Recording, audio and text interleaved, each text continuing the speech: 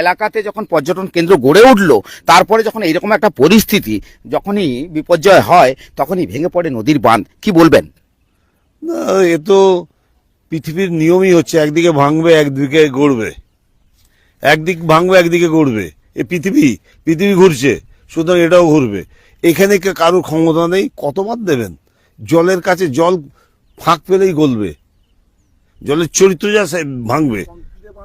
না না, এই যে আপনারা বেড়াতে আসবেন, এরপরে এই জায়গা আপনি হয়তো পেলেন না, তাহলে বেড়াতে কোথায় আসবেন? না, এইবার বলি, হ্যাঁ, লক্ষণীয় বস্তু হচ্ছে ওই যে বাঁধটা, সেই বাঁধটাকে মেরামত করতে হবে, না যেন ভেঙে যায়।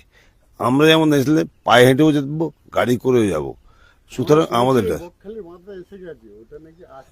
কি নাম আপনার? আমার নাম মোহাম্মদ মেহেদি হাসান। অর্থাৎ বেড়াতে এলেন, আনন্দ কোথায় করবেন?